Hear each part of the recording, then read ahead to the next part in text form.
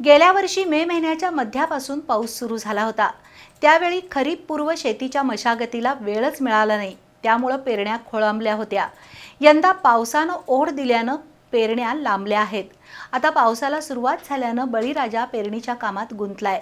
शासनानं भुईमुगाचं बियाणं मोफत दिलंय। भुईमुगासह भात, सोयाबीन, ज्वारी आणि इतर बियाणांच्या आता पेरण्या सुरू झाल्या आहेत। कोल्हापूर जिल्ह्यात आतापर्यंत केवळ 23% पेरण्या झाल्या आहेत। कोल्हापूर जिल्ह्यात एकूण 3,79,351 हेक्टर क्षेत्र लागवडीखाली आहे। त्यातील 1,98,604 हेक्टर क्षेत्रात ऊस आहे। उर्वरित 1,80,747 हेक्टर क्षेत्र खरीपासाठी राखीव ठेवण्यात आलंय।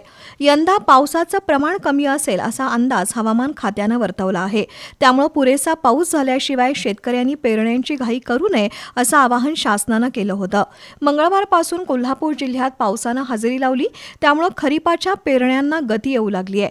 जिल्ह्यात भातासाठी 90,641 हेक्टर, सोयाबीनसाठी 41,445 हेक्टर, भुईमुगासाठी 28,529 हेक्टर, नागली पिकासाठी 16,308 हेक्टर क्षेत्र राखीव आहे। शिवाय खरीप ज्वारी, बाजरी, मका अशी तृणधान्य, तीळ, कारळा, सूर्यफूल ही तेलधान्य आणि तूर, मूग, उडीद ही कडधान्य घेतली जाणार आहेत। आतापर्यंत 25,053 हेक्टर क्षेत्रात भाताची लागवड झाली आहे। 13,860 हेक्टर क्षेत्रात सोयाबीन, 3,134 हेक्टरमध्ये भुईमुगाची लागवड झाली आहे, तर केवळ 58 हेक्टरमध्ये खरीपाची ज्वारी, 361 हेक्टरवर नागली, 57 हेक्टरमध्ये मका अशा 23.57% पेरण्या सध्या झाल्या आहेत। पाऊस सुरू झाल्यानं कोल्हापूर जिल्ह्यात पेरण्यांना गती आली असून शेतकऱ्यांचं संपूर्ण कुटुंब शेतात राबताना दिसत आहे।